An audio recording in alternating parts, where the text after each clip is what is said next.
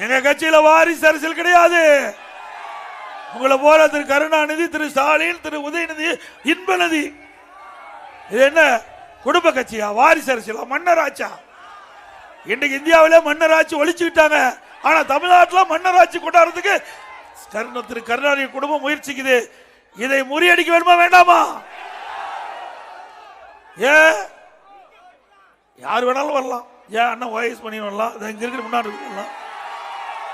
என்ன உங்களுக்கு பட்டா போட்டு கொடுத்துருக்காங்களா? முதலமைச்சர் இவருதான் வரணுமா? அனைத்து இந்திய அண்ணா திராவிட முன்னேற்ற கழகத்தில் ஜனநாயகம் உள்ள ஒரு கட்சி, யார் வேணாலும் வரலாம்.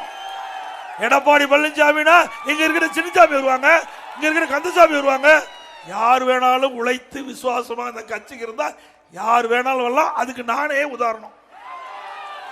திமுக கட்சியில் இப்படி சொல்லி பார்க்கலாம், ஒரு வார்த்தை சொல்லி பார்க்கலாம்.